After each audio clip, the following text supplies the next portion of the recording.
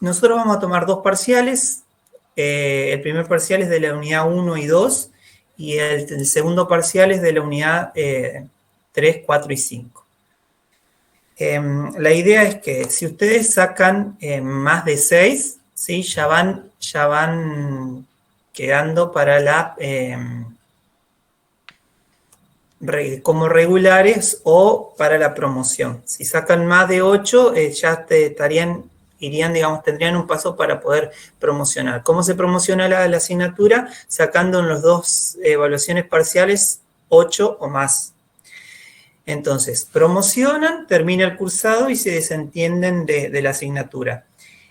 Si en las 2 evaluaciones parciales sacan 6 o 7, quedan regulares y después tienen que rendir una evaluación final. Y si no aprueban uno de los parciales, ¿sí?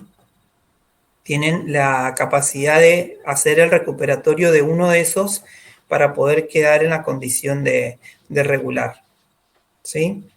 El parcial, ¿cómo va a ser? Va a ser más o menos teniendo en cuenta las lecturas que han hecho. Es múltiple opción, ¿sí? O verdadero o falso.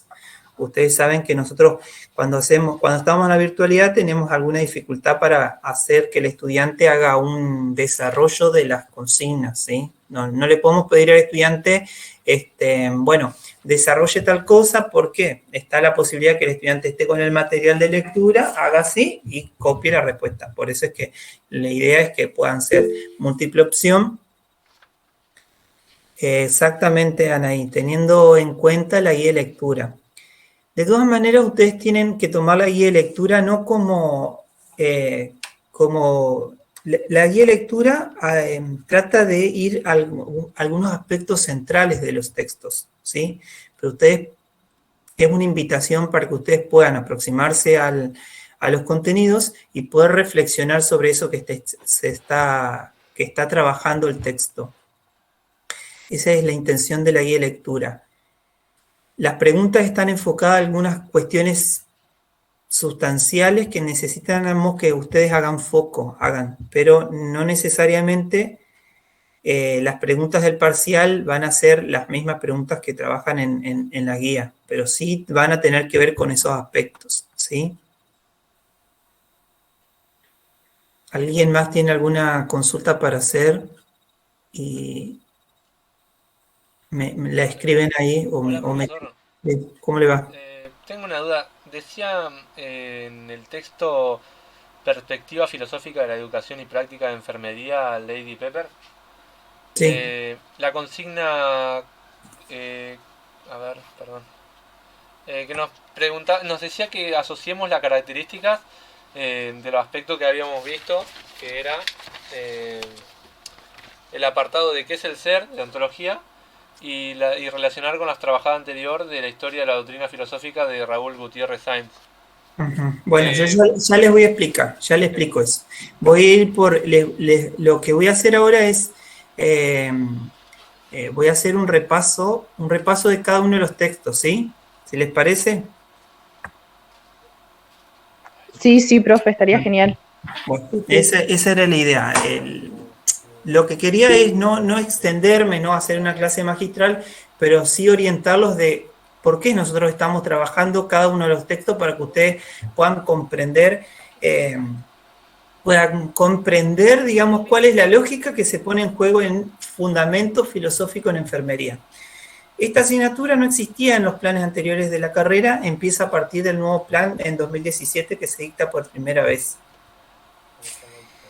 Entonces, cuando nosotros nos ponemos a pensar, ¿por qué fundamento filosófico en enfermería? Si desglosamos las palabras de la nominación de la asignatura, decimos que hay algo que fundamenta desde la filosofía a nuestra disciplina enfermera, ¿sí? Ese es el sentido que tiene la asignatura. Por eso nosotros trabajamos con aspectos que tienen que ver que vienen de la disciplina filosófica para pensar cómo es que estos aspectos, estos conocimientos de la filosofía va a fundamentar nuestra disciplina y por qué lo hace. Entonces, Lo primero que trabajamos en la unidad número 1 es un texto, ¿sí? Un libro entero en realidad, pero trabajamos un capítulo de Adolfo Carpio. Adolfo Carpio es un filósofo argentino. Ustedes tienen la bibliografía ahí. Trabajamos creo que el capítulo 1.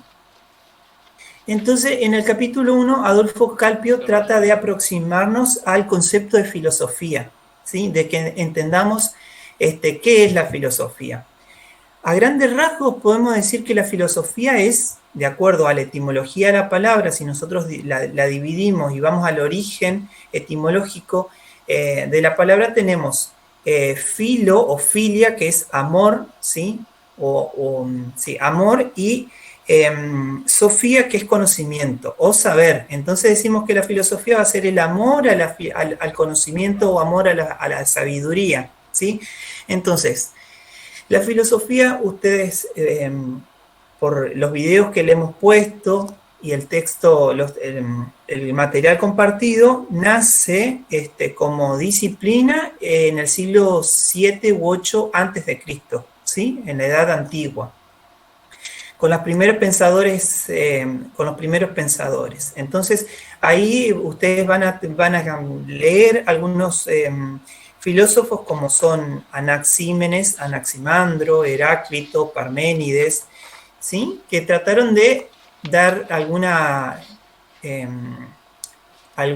apreciación sobre, o elaboración conceptual sobre cuestiones del conocimiento y el uso de la razón. Ya voy a volver sobre eso, pero quiero centrarme en por qué filosofía en la filosofía. Bueno, nace en la antigüedad, en ese siglo. Carpio, que nos propone pensar, trabaja la idea de ente, ¿sí? ¿Por qué trabaja la idea de ente en ese capítulo Carpio? Porque lo que nos está tratando de hacer es que invitar a entender por qué la filosofía es una disciplina que estudia todo, ¿sí? Y que va hacia las últimas causas de todo. Cuando me refiero a todo, significa al ente, ¿sí? Dentro de la filosofía podemos encontrar varias ramas de la ciencia de la filosofía. Una de las ramas es la ontología, otro es la ética, otro es la estética, otra es la antropología filosófica, la gnosología, la axiología, ¿sí? Son distintas ramas de la filosofía en la que trata de estudiar el ente particular de otras ciencias, ¿sí? Carpio, ¿qué es lo que nos dice? Que un ente es todo lo que es todo lo que es, lo que existe o lo que puede llegar a ser. Entonces podemos encontrar entes sensibles o entes ideales. Todo lo que nos imaginemos es un ente. Si decimos un número, es un ente. Si decimos una sirena, por más que no exista en la realidad, es un ente igual. Entonces, cuando decimos que como que el objeto de estudio o el interés de la filosofía va a ser los entes, está como dándole permiso a la filosofía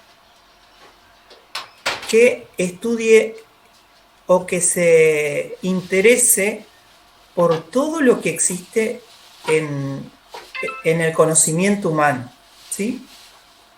Y eso es lo que le permite a la filosofía poder trabajar el aspecto de cada una de las ciencias, ¿sí? Ya voy a ir sobre el aspecto formal y el objeto de estudio formal de las ciencias. Bueno, ¿cuál es la disciplina que estudia el ente? La ontología.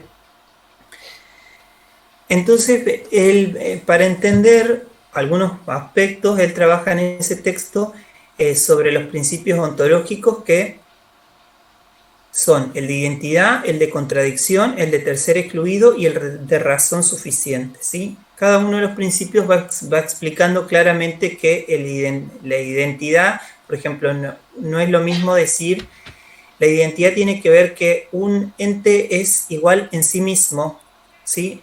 No podemos decir que decimos A es igual a B, porque la igualdad no es lo mismo que la identidad. El de contradicción dice que o un ente es una cosa o es otra, ¿sí? O es, creo que el ejemplo que da, o es papel o no es papel o es carbón, ¿sí? No, el de tercero excluido dice que o es uno o la otra cosa, no puede ser otra tercera cosa, y el de razón suficiente dice que todo tiende a tener una causa en su existencia. Después dice, realiza un mapa conceptual de los 3 géneros de entes. En realidad ya está el mapa conceptual, es nada más que para que ustedes puedan individualizar qué tipo de ente es. Después dice la definición de la filosofía, traten ahí de rastrear el concepto de filosofía que más o menos le expliqué. Y es muy importante que ustedes puedan identificar los orígenes de la filosofía, ¿sí? La filosofía, ¿cómo se origina? ¿Cómo es que uno puede pensar, che, ¿cómo existe un origen de la filosofía? La filosofía es el amor a la sabiduría, pero para que surja o se origine la filosofía necesitamos un ser humano pensante con uso de raciocinio, de racionalidad. Es decir, que el único que puede filosofar es el ser humano, que tiene capacidad de razonamiento. Entonces, hay 3 momentos en los que podemos decir que estamos haciendo filosofía. Y uno no hace filosofía solo porque seas filósofo o porque tenga alguna titulación de grado. El ser humano constantemente filosofa sobre distintas cuestiones. Uno de los orígenes uno de los orígenes de la filosofía era el asombro, ¿sí? El asombro. ¿A qué nos referimos con eso? Cuando nosotros decimos que la filosofía surge en el siglo VII antes de Cristo, los primeros filósofos que les nombré, Parménides, Anaximandro, Anaxímenes, Heráclito, Platón, Aristóteles, empezaron a usar la razón para poder reflexionar, ¿sí?, sobre cuál era el elemento constitutivo de todo en el mundo. A ese elemento que constituía el mundo se lo denominaron arjé, el arjé, ¿sí? ¿Por qué? Porque el ser humano en la antigüedad siempre trató de explicar los fenómenos de la naturaleza, ¿sí? Entonces, esa etapa de la filosofía tiene que ver con una cuestión de entender los procesos de la naturaleza, ¿sí?, y del hombre en sí. Entonces, el ser humano, por ejemplo, si nos remontamos a una civilización muy antigua donde ha habido el hombre neandertal, cuando cazaba, ¿sí?, hasta que descubrió el fuego tuvo que aprender o comprender cómo es que el fuego se podía crear, utilizar y así poder utilizarlo para la vida diaria, es decir, para cocinar, para calentarse, pero antes tuvo que entender que había fenómenos en la naturaleza que hacían de que de pronto el fuego exista, como por ejemplo estar atravesando una tormenta, observar que un rayo cae sobre la tierra, sobre un árbol quizás seco, y eso provoca fuego, ¿sí? Ese fenómeno de asombro hizo que empezara a utilizar sus procesos intelectuales para comprender cómo eran esos fenómenos. Si nos ponemos a pensar en la civilización antigua, la civilización griega, donde había una mayor evolución de las sociedades, los seres humanos o los filósofos primero empezaron a pensar cuál era ese elemento que podía, o sea, cómo es que existe la vida o cómo es que existe el mundo en sí como lo conocían en ese momento, ¿sí? Entonces ellos empezaron a utilizar dentro de su vocabulario esta palabra que significa arjé, que es el elemento que constituye todo. Cada uno de los filósofos lo que hizo fue tratar de pensar el arjé, ¿sí? Uno dijo que el arjé era el ser, Parménides, otro dijo que el arjé era el fuego, otro dijo que el arjé era Heráclito dijo que el arjé lo que constituía era el juego de contrarios. Es decir, a grandes rasgos pensaron de que esa partícula, esa estructura, eso idealizado, ese ente, era lo que originaba de pronto la vida, ¿sí? Bueno, el otro momento en el que se origina la filosofía es en la Edad Media, con otros pensadores, con otra línea de pensamiento que tiene que ver con uno de los representantes más importantes es Descartes, ¿sí? Que es un filósofo francés que trabaja sobre o crea como la rama filosófica del racionalismo. El racionalismo, estamos hablando como del siglo XV, era un movimiento filosófico, intelectual, contrario al empirismo. Las discusiones de ese momento de la Edad Media era cómo es que el hombre conoce, ¿sí? Había voy a hacer un paréntesis dentro de la forma del avance del conocimiento a lo largo de la historia. Podemos decir que hubo una gran producción intelectual en la Edad Antigua, sobre todo con Sócrates, que no escribió nada, no tenemos nada más que los escritos de Platón y Aristóteles, que fueron uno discípulo del otro. En la Edad Antigua, que estuvieron sobre todo Aristóteles, fue uno de los que, y Platón, sí, pero sobre todo Aristóteles fue uno de los que más escritos hizo y pensaron sobre distintas cuestiones, ¿no? Sobre el hombre, sobre la vida en democracia, sobre la república, sobre la justicia, sobre el bien. Plantaron las bases sobre qué entendemos por la moralidad de nuestros actos y demás. Después, en la Edad Media, ¿sí? En la Edad Media, desde el siglo I después de Cristo al siglo X, XI, XII, es como que atravesamos dentro de la historia como una etapa de oscurantismo, ¿sí? ¿Por qué? Porque el conocimiento se empezó a volcar ya con el nacimiento de la religión. El conocimiento estaba destinado solo para algunos selectos o pocos que tenían que ver con la gente que vivía en monasterios, es decir, el clero. Solo accedían a ese saber, a aprender a leer y escribir, algo tan básico, aquellas personas que estaban dentro de la comunidad seglar o la comunidad en los monasterios, es decir, los obispos, los monjes de esa época, ¿no? Entonces, dentro de esa época nosotros vamos tenemos como referente filosóficos a santos, San Agustín, Santo Tomás de Aquino, ¿no? San Anselmo, que fueron los que empezaron a tomar los aportes de Platón o Aristóteles para pensar sobre la existencia, ¿sí? Sobre el ser y la existencia, y sobre todo para poder justificar la existencia de Dios. Entonces, toda la filosofía tuvo que ver con esas cuestiones. Y después, finalizado la Edad Media y principio de la Edad Moderna, empezaron a haber otros debates donde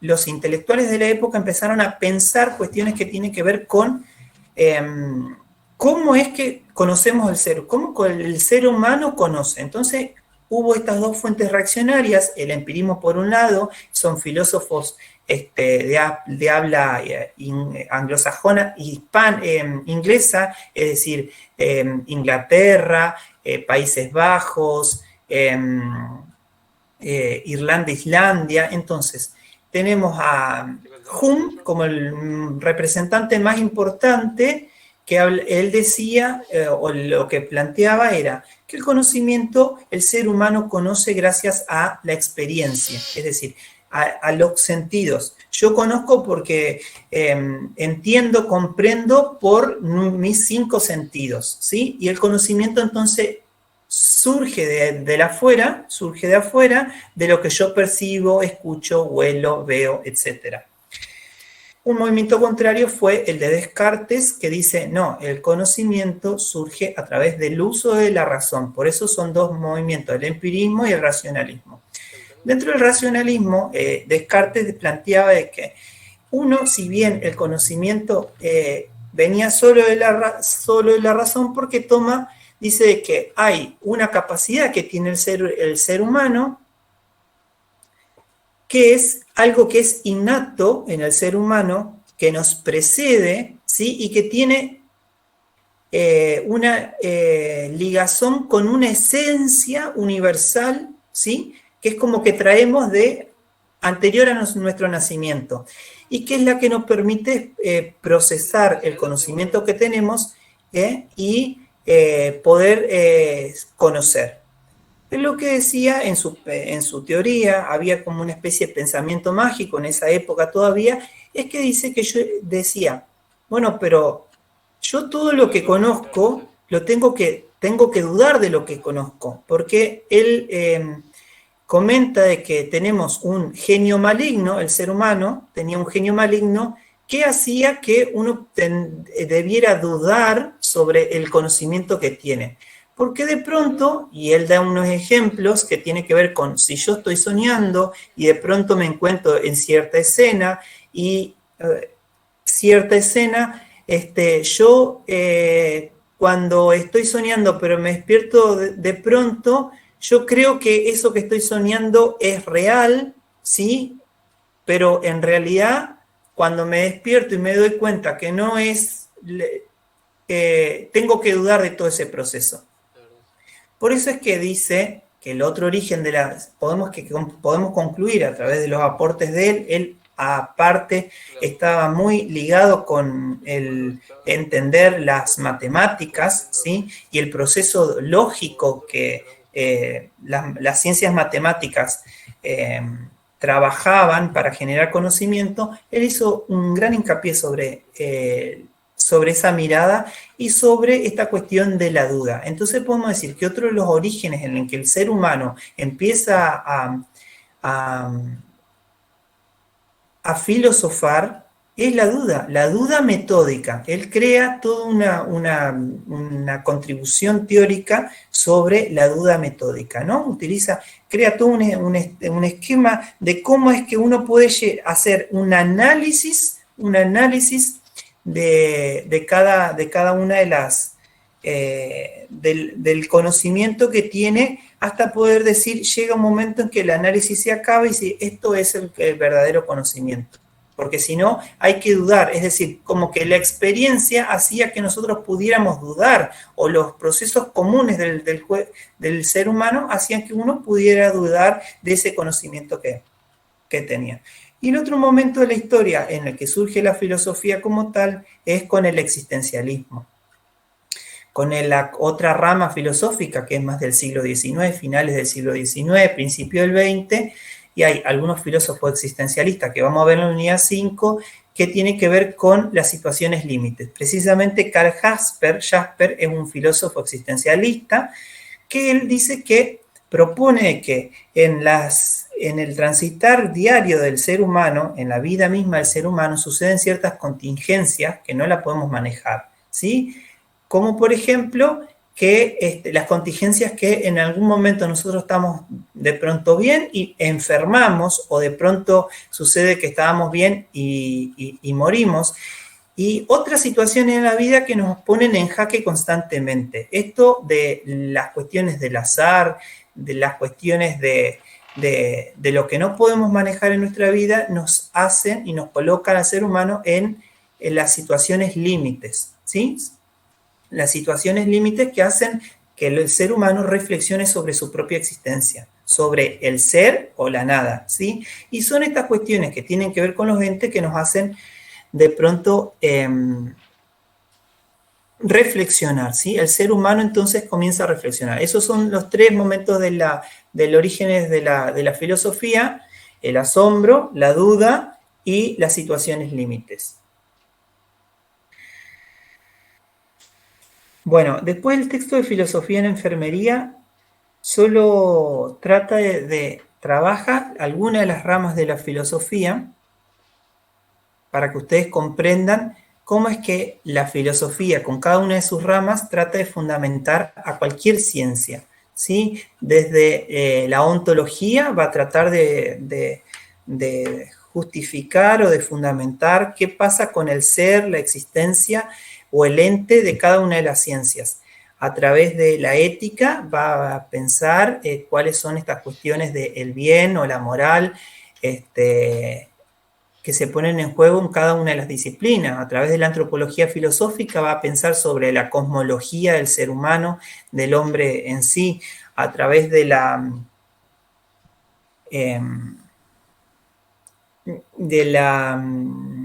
ver qué otra rama de la filosofía,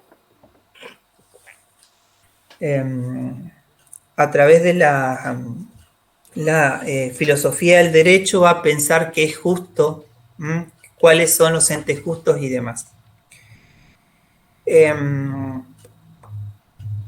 Bueno, ahí trabajan algunas cuestiones para que ustedes vayan entendiendo cuáles son las preguntas que más se hace cada una de las ramas, ¿sí? Ese es un texto muy fácil, muy cortito, como para que ustedes tengan una primera aproximación.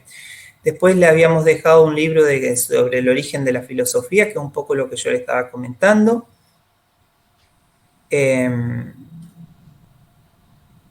Después, con el texto de Gutiérrez Sáenz, Historia de las Doctrinas Filosóficas, que solo me interesa que sepan de la página 11 y 12, es cómo es que dice de qué se ocupa la filosofía y las ciencias particulares.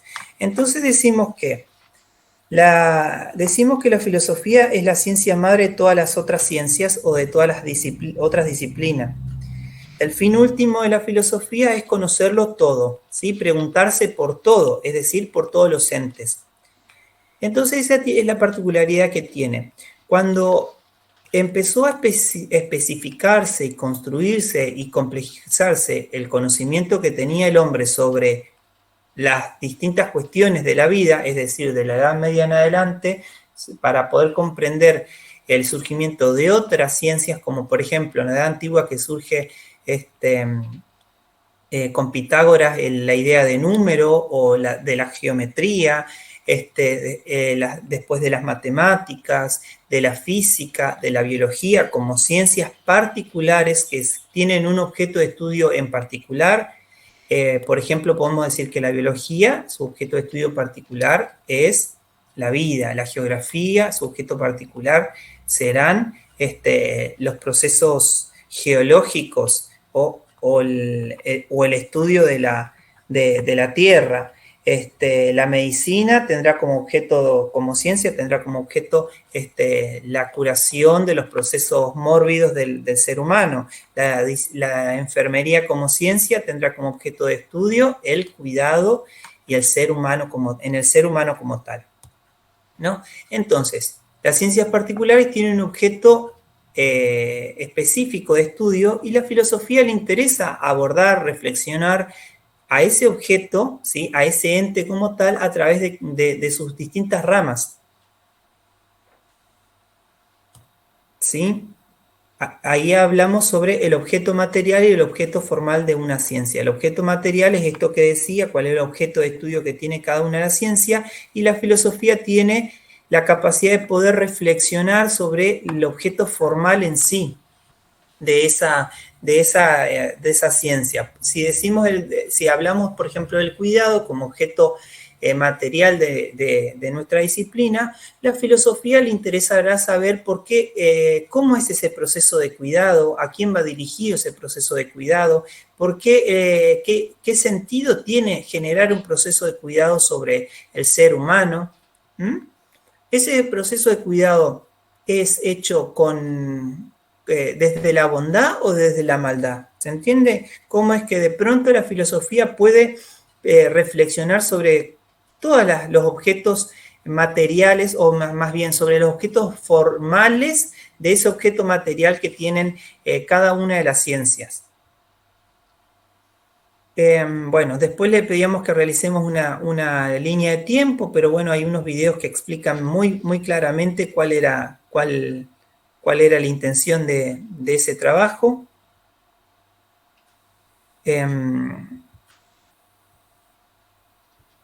Después trabajamos, creo que con eso ya trabajamos la unidad 1.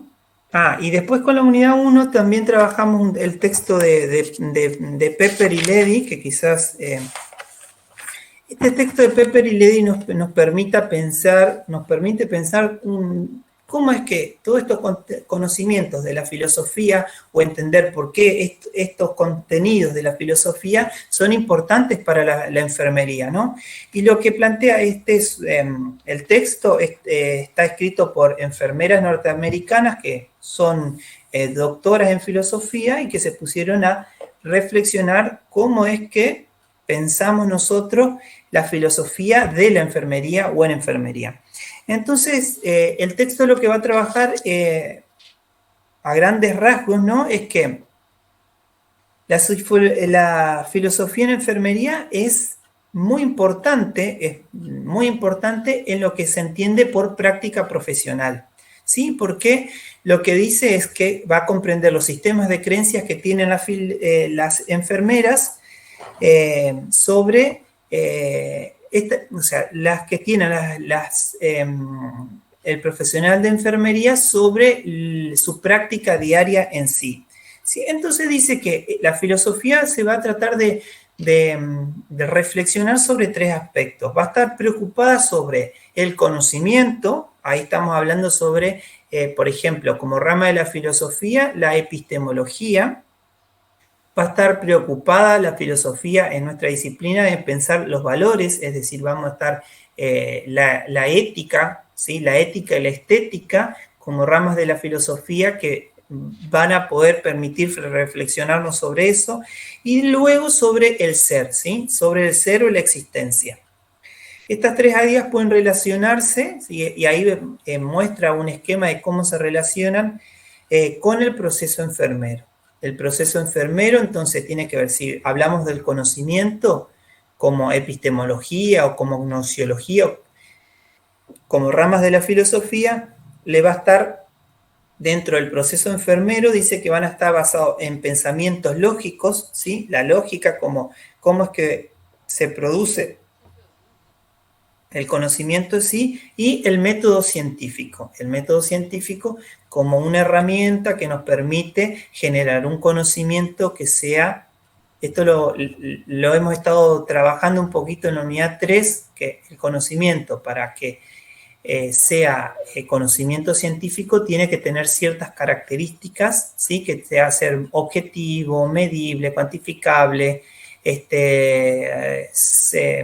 veraz, válido, que se diferencia con el conocimiento vulgar. El conocimiento vulgar es el que aplicamos constantemente en nuestra vida diaria, que tiene que ver con opiniones, percepciones, pareceres. Otro de los aspectos, decíamos, era el conocimiento que se basa en los procesos lógicos que utiliza la enfermera para comprender los fenómenos que se ponen en el cuidado a la hora de su práctica y a la hora de pensar el método científico. Los valores que están relacionados con los reglamentos, los códigos éticos en el profesional de enfermería a la hora de hacer nuestro trabajo profesional.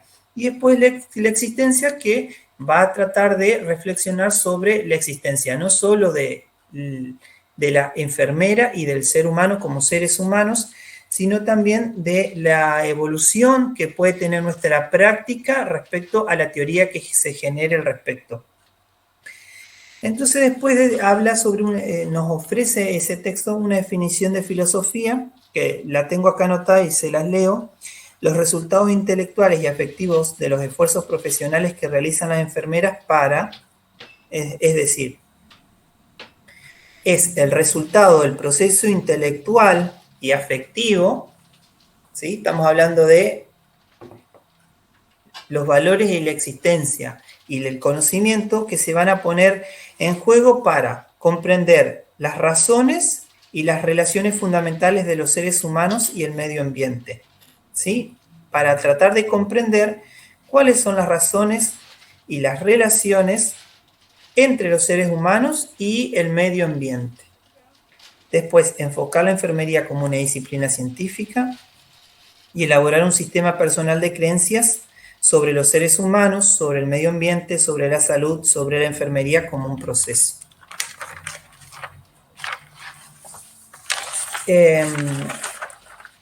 Estos últimos 4 o 5 conceptos, ¿sí? Sobre qué tiene que ver los seres humanos, el medio ambiente, la salud y la enfermería, es lo que nosotros conocemos como metaparadigma.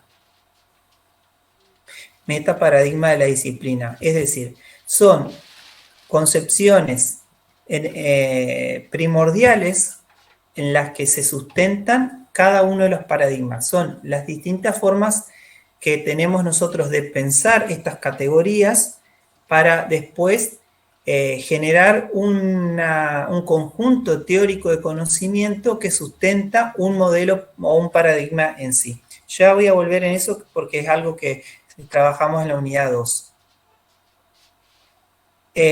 Bueno.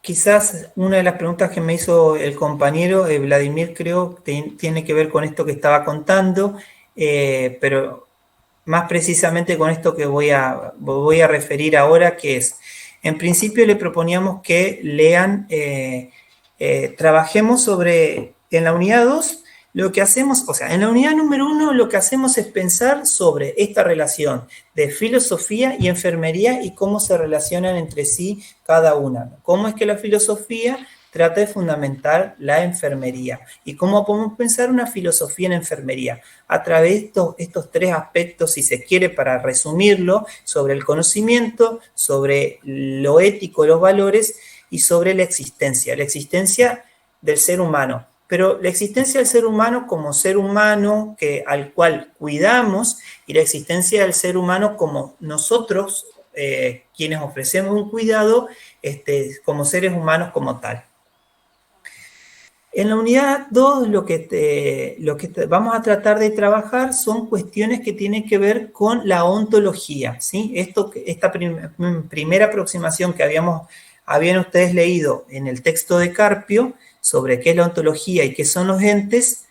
La ontología es la ciencia que estudia el ser, ¿sí? Entonces, en la unidad 2, lo que tratamos de hacer es que ustedes poner en tensión estas 3 categorías que tienen que ver con el ser, con la esencia y con la existencia. Y es por eso que les proponemos el texto de Historia de las Doctrinas Filosóficas de Raúl Gutiérrez Sáenz, donde condensa de forma muy genérica, ¿sí? Muy abreviada, los aportes que han hecho estos 4 o 5 pensadores o filósofos de la antigüedad, de la Edad Media y la Edad contemporánea sobre estas 3 categorías, sobre el ser, sobre la esencia y sobre la existencia. Cuando les proponemos que piensen ustedes, bueno, primero dice el problema del ser, ¿qué disciplina estudia el ser? Y ahí ustedes, ya lo referí, dije que la disciplina que estudia, o la rama de la filosofía que estudia el ser es la ontología.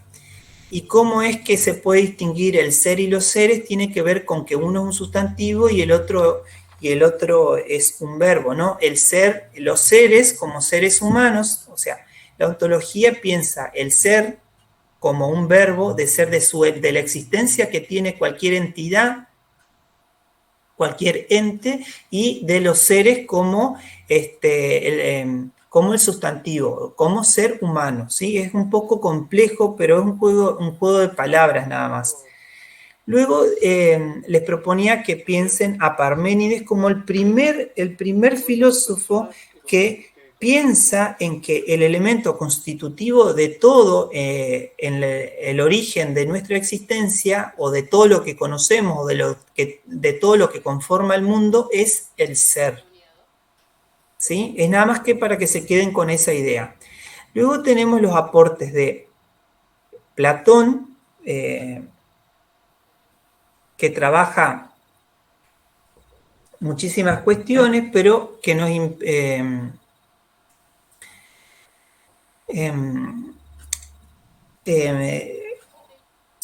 Platón, con todos sus escritos,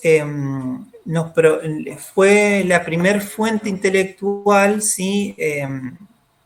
Que le permitió después a Aristóteles poder profundizar en las cuestiones filosóficas. Aristóteles fue discípulo de Platón Y, por ejemplo, Alejandro Magno, no sé si recuerdan quién es Alejandro Magno, era discípulo de Aristóteles. Y a su vez Platón fue discípulo de Sócrates, ¿sí? El Sócrates fue uno de los más importantes filósofos, porque crea como método de proceso filosófico a la mayéutica, ¿sí? Él decía que poder reflexionar, usar la razón, era prácticamente como el parto, es como dar a luz. La mayéutica es ese proceso de tratar de dar a luz, tratar de dar a luz o hacer salir luz sobre el conocimiento para poder generar un conocimiento que sea reflexivo y que no tenga fallas. Entonces, lo que se propone es, con los trabajos de Platón, es pensar las cuestiones que trabaja Platón en sí y pensar la metáfora o la alegoría de las cavernas para que ustedes puedan comprender cuál era la concepción que tenía en la antigüedad sobre el proceso filosófico, ¿sí? Y sobre el papel fundamental que tenía el filósofo respecto al ser humano común y corriente, por decirlo así. Es nada más que ustedes tienen que tratar de identificar cuáles son cada uno de los elementos que en el texto está bastante bien resumido y explicado. La alegoría de la caverna es nada más que para pensar cómo es que el ser humano vive en eterna oscuridad y el filósofo es quien puede salir de la caverna y puede entender verdaderamente cómo son las cosas, ¿sí? Y que cuando sale de la caverna, se ciega de la luz del conocimiento y vuelve, encuentra que la realidad es totalmente distinta y no es como la que el ser humano comprende en sí. Bueno, Platón, la filosofía de Platón es más bien una filosofía idealista, le dicen, y la filosofía aristotélica es más bien una filosofía realista. Y bueno, Aristóteles después trabaja algunos aspectos más centrales sobre lo que es los coprincipios de la sustancia, ¿sí? La sustancia como ser, ¿sí?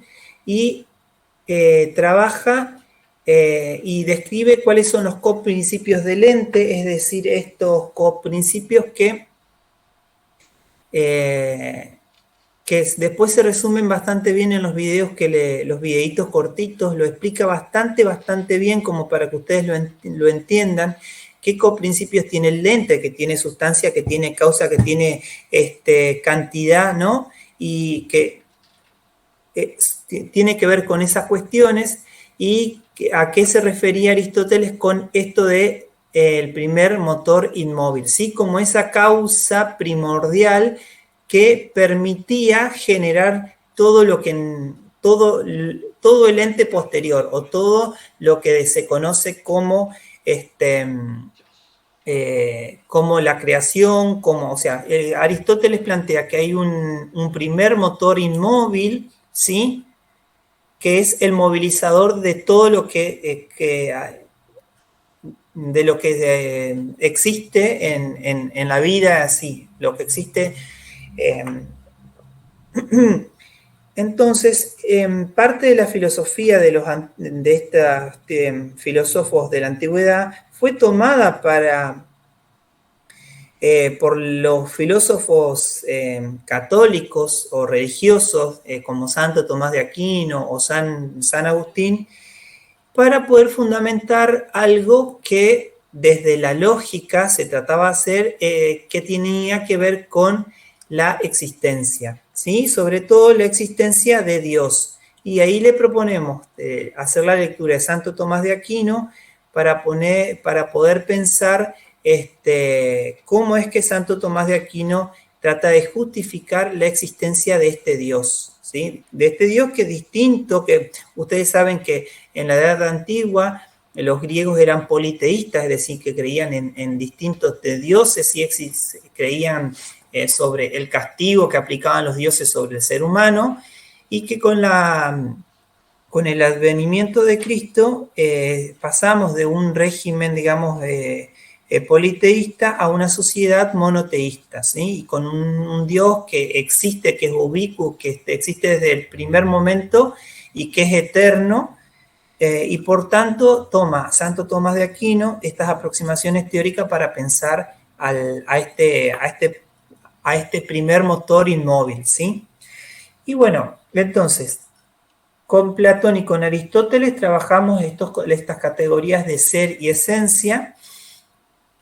Con Santo Tomás trabajamos la existencia, sobre todo cómo pensar la existencia de este Dios. ¿Por qué nos parece importante que lo reflexionemos? Porque cuando estamos viendo en la unidad número 5, el ser humano en las situaciones límites siempre va a estar pensando en este Dios, ¿sí?, superior, en que nuestro destino está marcado, en que la enfermedad que nos toca atravesar tiene un sentido específico, ¿no? Y eso tiene que ver con el sistema de creencias propio del ser humano. Y luego con Heidegger nos ponemos a pensar en la existencia humana. Martin Heidegger es otro filósofo contemporáneo en el sentido que es de 1800, a la mitad de 1850 en adelante, y 1900, y trabaja una rama de la filosofía que se llama existencialismo y que va a tratar de reflexionar sobre la existencia del ser humano, ¿no? Y qué tiene que ver con este ser en el mundo, qué tiene que ver con cómo caracteriza este Das-Man y cuál sería la existencia auténtica.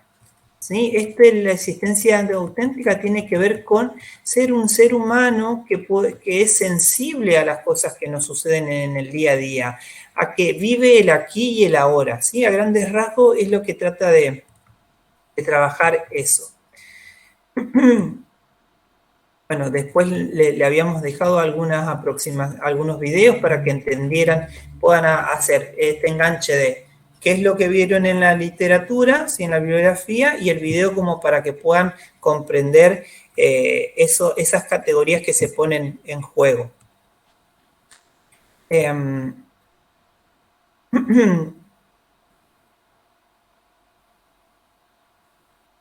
Y acá va la pregunta al compañero que te dice, después trabajamos perspectiva filosófica en la educación y en la práctica de enfermería de Lady Pepper en la página 26 y 29, y se defina los conceptos de lógica, ideas, juicios y proposiciones. Eso ustedes solo tienen que tratar de ver cómo se conceptualiza estas 4 categorías que proponen. ¿Qué es lo que está tratando de hacer el texto en ese sentido? Es de que trabajar una cuestión relacionada con la epistemología o la gnosología, es decir, o la lógica, ¿sí? La lógica como rama de la filosofía, es decir, cuáles son los pasos, ¿sí?, del razonamiento. ¿Cuáles son los pasos del razonamiento? En sí no es tan importante que ustedes puedan describir cada una de las cosas porque no trabajamos sobre la lógica como tal. La lógica es una rama de la filosofía que trata de pensar, ¿sí?, cuando un juicio tiene cuando un juicio es verdadero o falso, ¿sí? Y es una cuestión metodológica en la que se puede tratar de analizar y decir, bueno, este proceso lógico verdaderamente es tautológico cuando la respuesta es verdadero y es falaz cuando el resultado es falso, ¿sí? Ahí da algunos ejemplos, ¿no? En realidad no es necesario que ahonden en esos, pero sí que puedan comprender esto de cómo es que se hace proceso de razonamiento. Y ahí dice, relacione las categorías trabajadas en el apartado, ¿qué es el ser? Ontología, y relaciónala con las categorías trabajadas de los autores del texto, historia de doctrina. Bueno, que es ¿Qué es lo que el compañero estaba preguntando, ¿no? ¿Eso qué es lo que tiene, a qué hace relación? Básicamente, dice en la página 26 a la 30,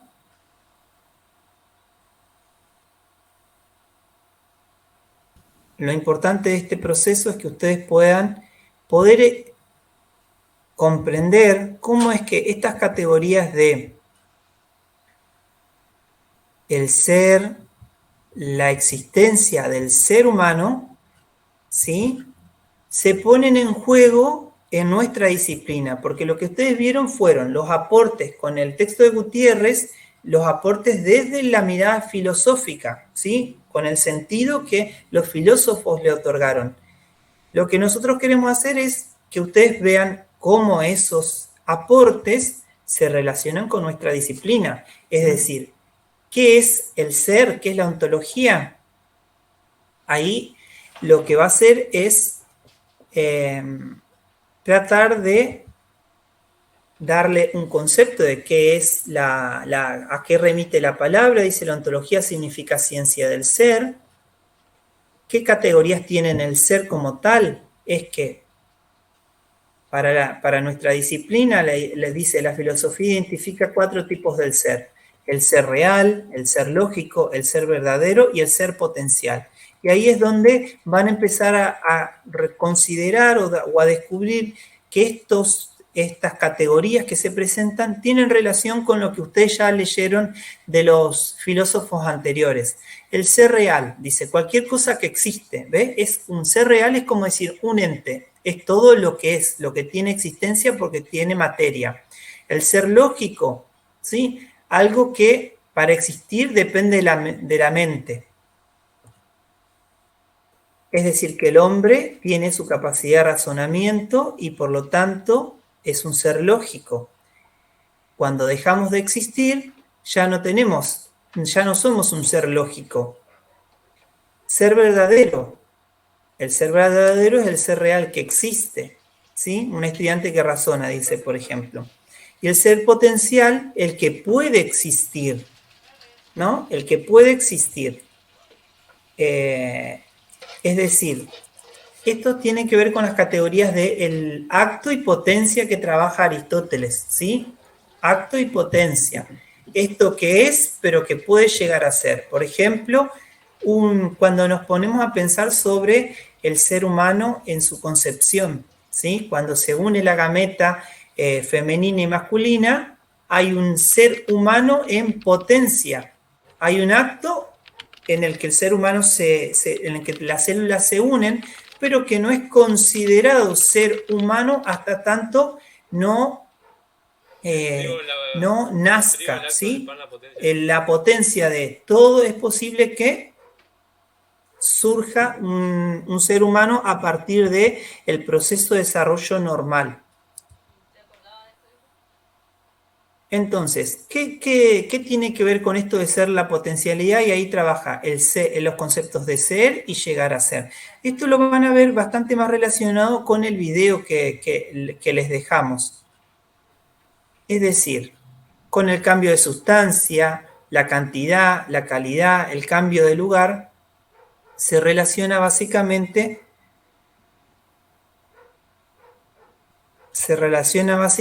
con los aportes del texto de Aristóteles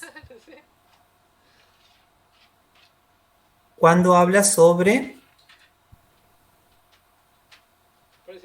los coprincipios del ente, ¿sí? Cuando habla de los coprincipios del ente, van a ver que ahí encuentran la relación que hay entre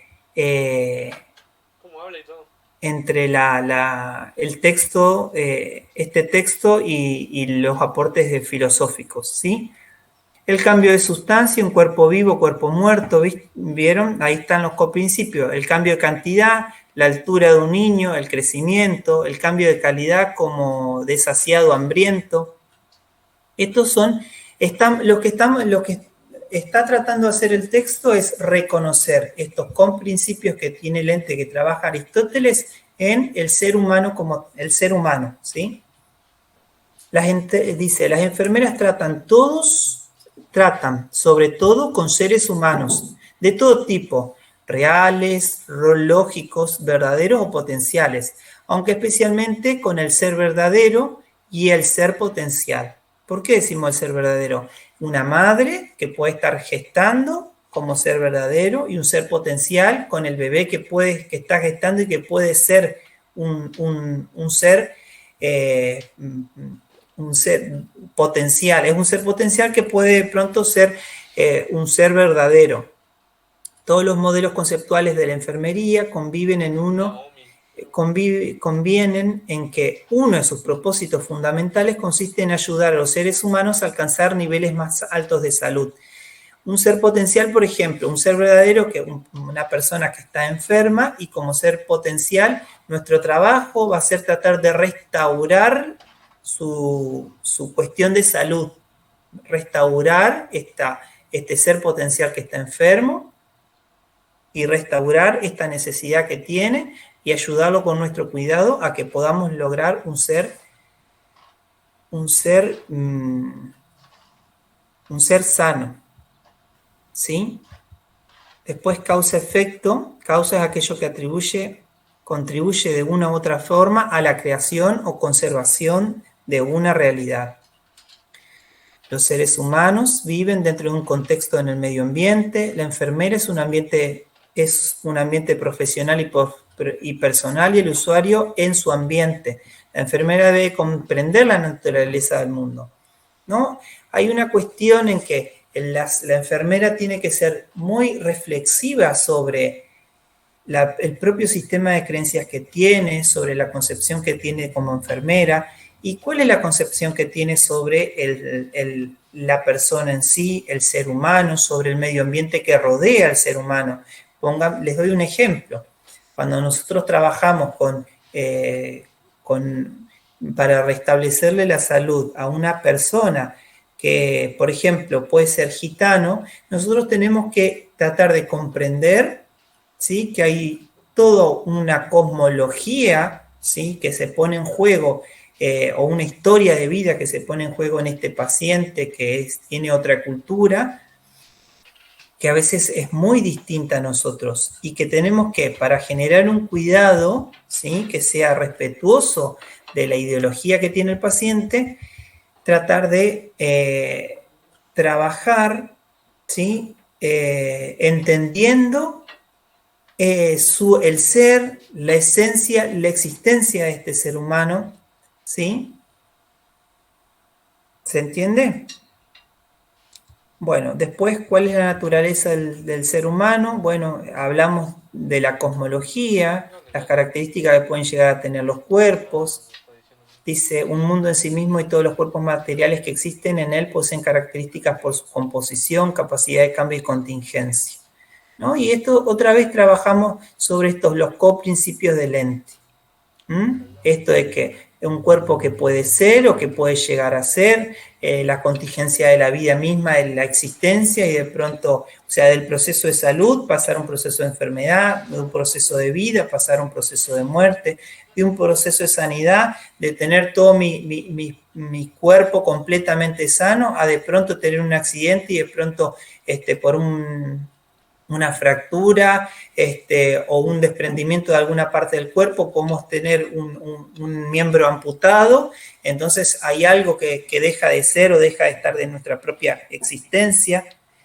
Y después algunas cuestiones que tenían que ver con la vida, con cómo el texto lo que va a hacer es trabajar un poco con los aportes de Roger, que es una enfermera, una teórica nuestra, y que trata de dar algunas cuestiones primordiales sobre cómo entendemos la vida biológica, ¿sí?, la vida que existe, cómo entendemos, o sea, la vida biológica, ¿por qué? Porque tenemos ciertas características como seres vivos, en pleno crecimiento y desarrollo. Hay una vida sensible, es decir, que tenemos una capacidad de sentir con los sentidos, de sentir con las emociones y tener conciencia.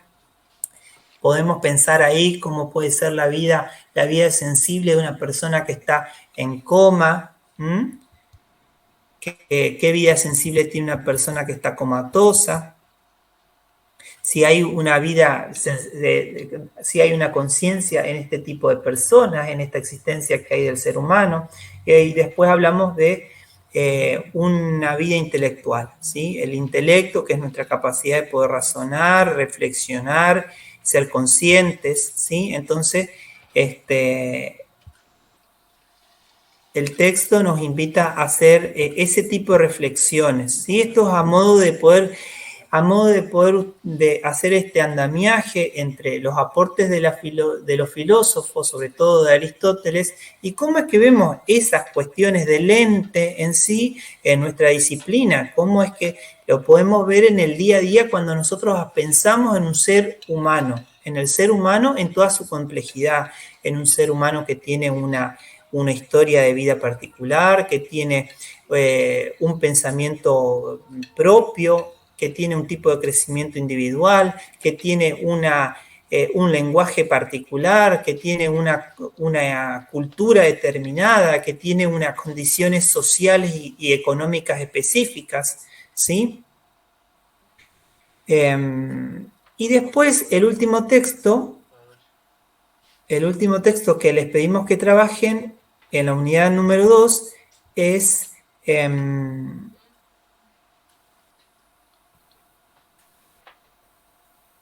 uno que habla sobre visiones de mundo, ¿sí? Sobre las visiones de mundo, aspectos ontológicos. Fíjense cómo está la relación. ¿Qué aspectos del ser y del conocimiento se ponen en juego en las visiones de mundo inmersas en nuestra tarea profesional? Bueno, ahí solo trabajamos 4 preguntas para que ustedes entiendan qué son esas visiones de mundo, ¿sí?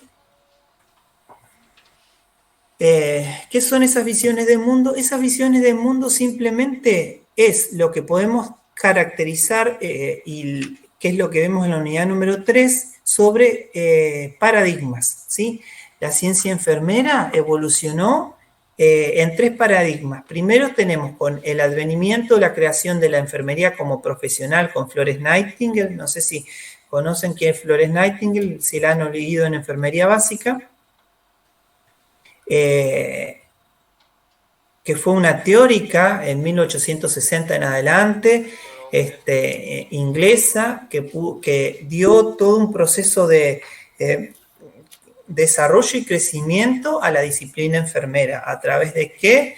De cuestiones referidas a poder evaluar el entorno de los soldados de guerra en Crimea, en la guerra de Crimea, ¿no? Florence Nightingale fue una de las primeras enfermeras que elaboró toda una construcción teórica sobre qué era enfermería y qué no era. Hay un libro muy importante de ella que dice Notas de enfermería, qué es y qué no es, que habla sobre las cuestiones que le interesaba a la enfermería en esa época. Entonces, esa primer visión de mundo, ¿sí? Tiene que ver con este proceso o este paradigma que tiene que ver con el paradigma de categorización. Luego hay un segundo paradigma, una segunda visión de mundo, ¿sí? El desarrollo teórico de la enfermería se complejizó un poco más, ¿sí? Y había otros aportes con el paradigma de interacción, ¿sí? Donde ya hay un desarrollo teórico de nuestra disciplina como ciencia, como tal, ¿sí? Los primeros aportes los hizo Florence Nightingale, después estuvieron otras como Roger, como Neumann, como Orem, ¿sí? Que empezaron a pensar a la disciplina enfermera como una ciencia y empezaron a partir de los años 50 a elaborar todas las cuestiones teóricas, las teorías más importantes de la enfermería.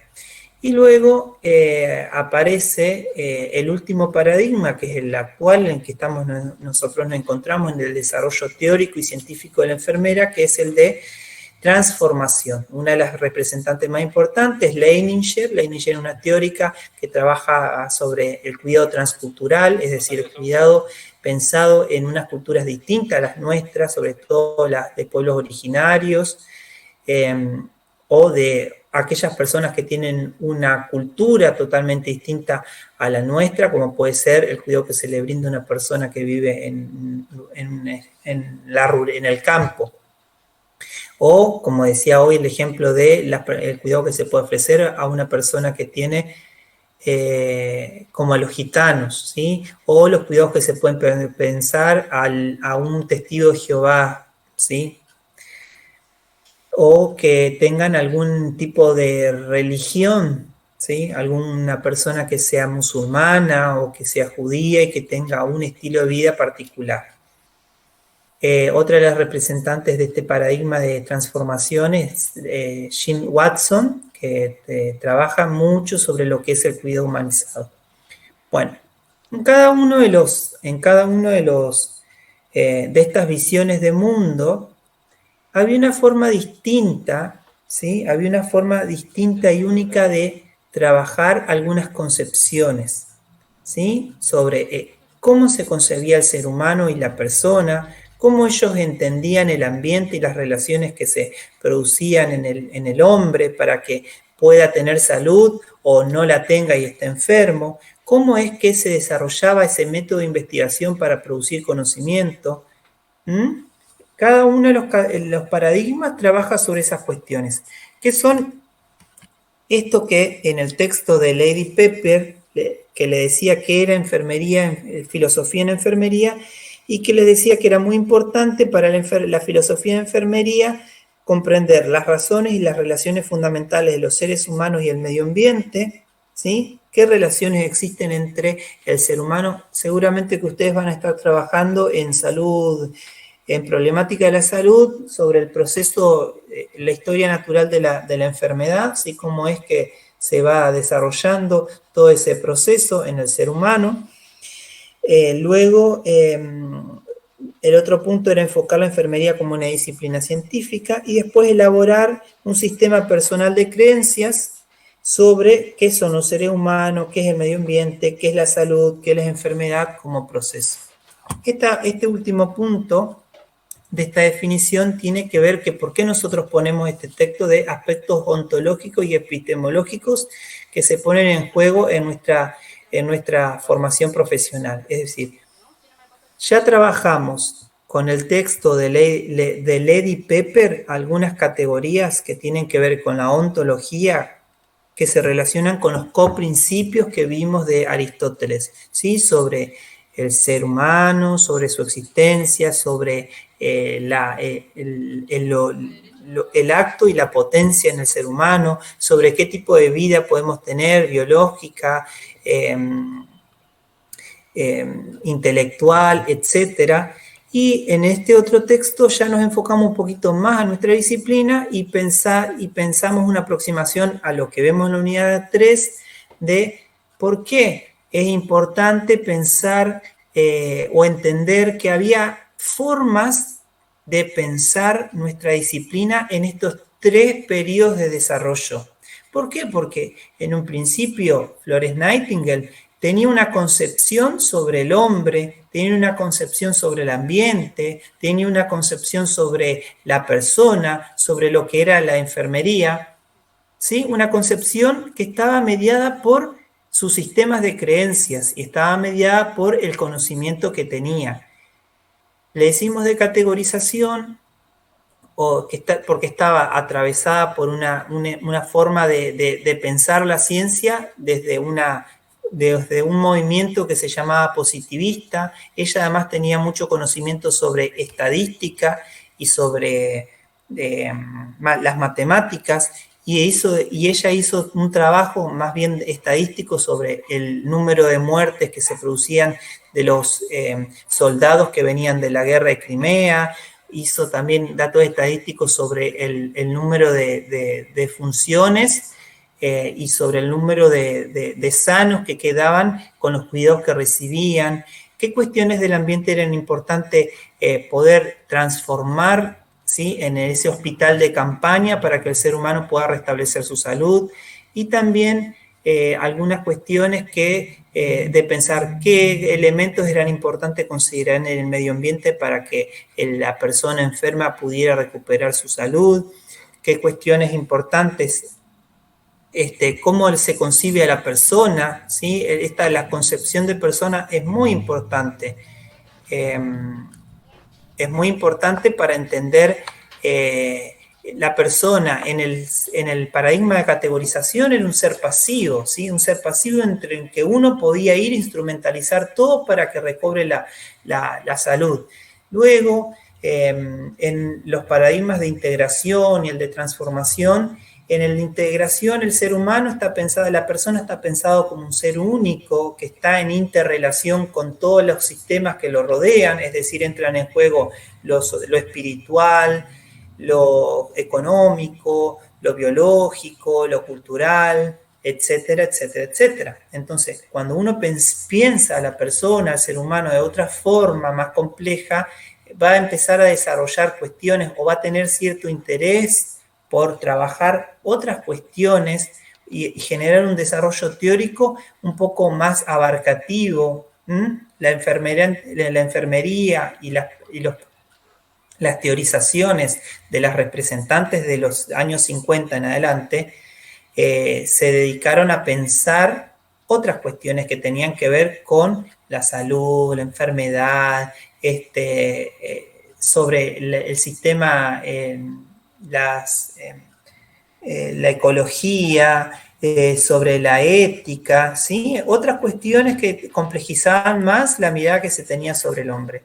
Y con el último paradigma de transformación, donde lo importante es poder concebir al ser humano como un ser de derecho, sujeto de derecho, donde la enfermera tiene que practicar un cuidado enfermero que tiene que ser lo más respetuoso de los derechos y que tiene que ser lo más humano posible. Es decir, no hay que perder la humanidad en el cuidado que ofrecemos.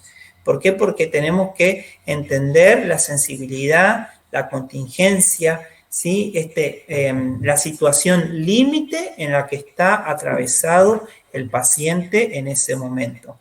Y esto de utilizar distintos términos como referirnos a una persona que está internada como paciente, como usuario o como cliente, tiene que ver también con concepciones o sistemas de creencias que tenemos los y las enfermeras para pensar a la persona sujeta de cuidados. Si decimos un paciente es un ser pasivo que tiene que esperar y amoldarse a lo que suceda, a las prácticas médicas y de enfermería que se realicen para restablecer su salud. Si decimos que es un cliente, pensamos un sujeto que tiene derechos y obligaciones y que los va a demandar. Y si hablamos de un usuario, es una persona también sujeta de derecho, de que viene a pedir usa este servicio, el servicio de salud, el servicio profesional, el servicio médico que se ofrece en las entidades, en las instituciones para mantener o restablecer la salud que tiene. Bueno, creo que con esto que termino un poco la idea de cómo se relacionan los textos. No sé si los mezclé, los perdí. No fui leyendo el chat, así que creo que no hicieron ninguna pregunta. No sé si alguien quiere hacer alguna consulta o los embarullé más. Profesor, tengo una pregunta sobre el examen. Ajá. Yo, por lo que leí y entendí, es como que se habilita, por ejemplo, a las 8 y en el caso de, no sé cuánto dura el examen, 1 hora, ¿verdad? El examen no va a ser largo, así que no va a ser de 1 hora. Media hora no vamos a hacer muchas preguntas, ¿sí? Es media hora lo contestan. Yo tuve que tratar de pensar en 2 instancias porque había estudiantes que me habían escrito de que justo estaban cursando biofísica, entonces a las 8 de la noche no podían hacer el examen, etc. Entonces planteé 2 horarios para hacer 2 exámenes distintos. El que los pueda hacer a las 15 lo hace a las 15 y el que lo pueda hacer a las 8 de la noche lo haga a las 8 de la noche de acuerdo a sus tiempos. No importa si está en una comisión o en otra, ¿sí? El examen no va a ser largo, ¿sí? va a estar más o menos, va a ser estructurado, múltiple opción o verdadero o falso, y tiene la intención de poder que ustedes hayan hecho lectura de los textos, ¿sí? No, por eso mismo, como es estructurado, no le podemos decir que ustedes puedan comprender todo este hilván lógico que les fui contando, porque es como muy complejo, digamos, sino que tiene que ver con que ustedes hayan podido hacer alguna apropiación de la lectura de los textos. O sea que va a estar habilitado a partir de esos dos horarios que pusieron. O uno u otro, claro. Si lo haces en uno, no hay que hacerlo en el otro, ¿sí? Claro, claro. Una vez que se habilita, ¿no tiene tiempo entonces?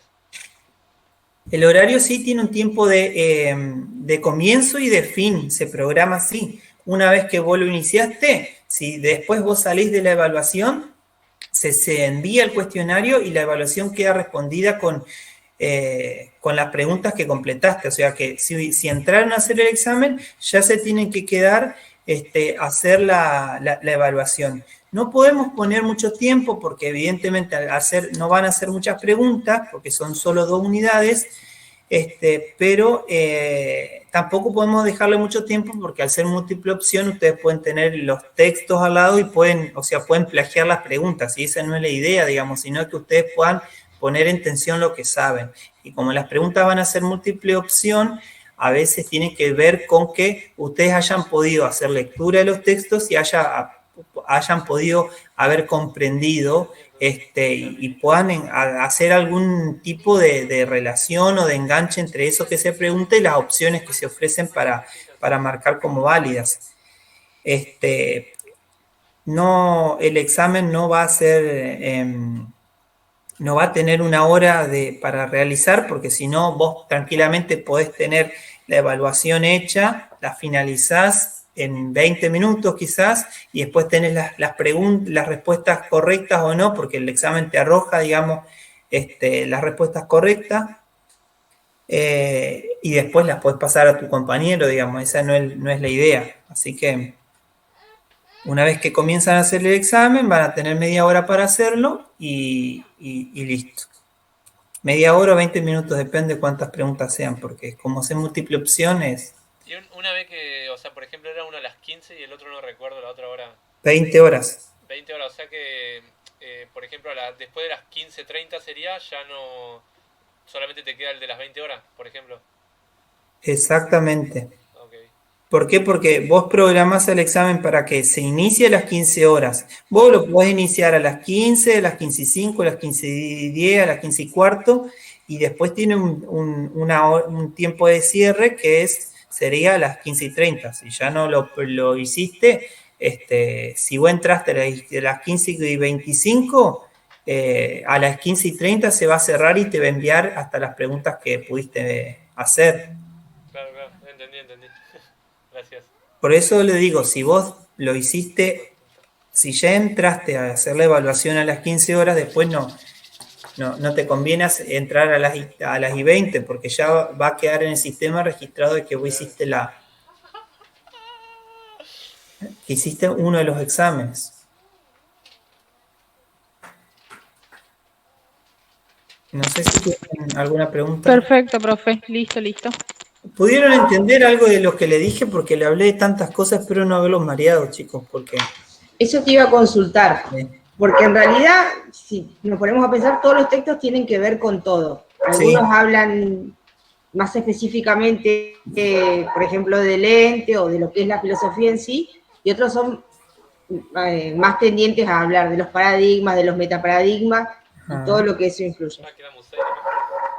No sé si es un problema o qué, pero mi pregunta va a que si las preguntas que ustedes van a hacer en el examen van a ser así de específicas, porque ya te digo, todo tiene que ver con todo y capaz que se hace como un lío en eso. No, por eso es que les dije esto. Mi intención era poder ponerlos a ustedes en tensión, o que ustedes puedan hacer un hilván de cómo es la lógica de cada uno de los textos. Pero las preguntas van a ser específicas del texto, no de relacionar una cosa con la otra, ¿sí? es más que nada de que ustedes tengan apropiación de la lectura del texto y guiados por la guía de preguntas que se hizo, ¿sí? Que tienen ustedes. Perfecto. No es que no vamos a hacer relaciones tal cosa con esto, porque ahí los matamos a los estudiantes. Por lo menos este primer examen, a ver, ¿cuál es la intención de este primer examen? Que ustedes puedan sacar buena nota, ¿sí? Hijo de puta, no endulza. Claro, porque a eso iba. Porque tenés que comprender mucho más allá de la lectura. Hay mucho para entender en sí. Es como decía, es muy complejo y tenés que entender muchas cosas. Sí, y que en la virtualidad, si no hacemos Meet, Es imposible. Es imposible. Sí, por eso. Esa era mi pregunta más que nada. Sí, no. Por eso, digamos, el examen está más encarado a remitirnos a la guía de lectura. No se va a preguntar la pregunta de la guía de lectura, pero porque la guía de lectura tiene la necesidad que ustedes enfoquen en algo particular del texto y se queden con esa idea.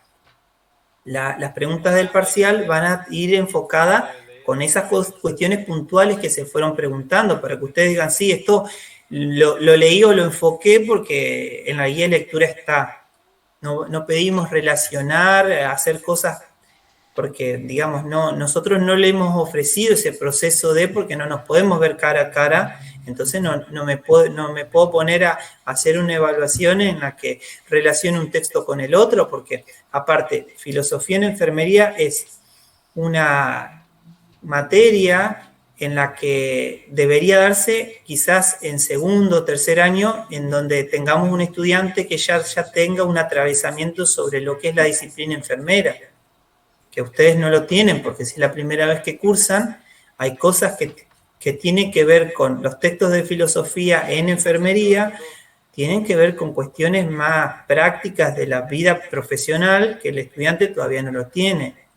Por eso es que solo nos vamos a abocar a cuestiones conceptuales específicas, digamos, no hacer relaciones que complejicen la evaluación. Perfecto, muchas gracias. Bueno, chicos, si no hay otra pregunta, los dejo. Les agradezco que se hayan conectado esta hora y media y bueno, mucha suerte en el parcial. Gracias, profe, chao. Y por favor, coméntenme a sus compañeros que no pudieron estar hoy, cómo ha sido, cómo va a ser la modalidad del examen y demás, ¿sí? Bárbaro, muchísimas gracias. Bueno. Hasta luego. Chau, chau. Muchas gracias, hasta luego.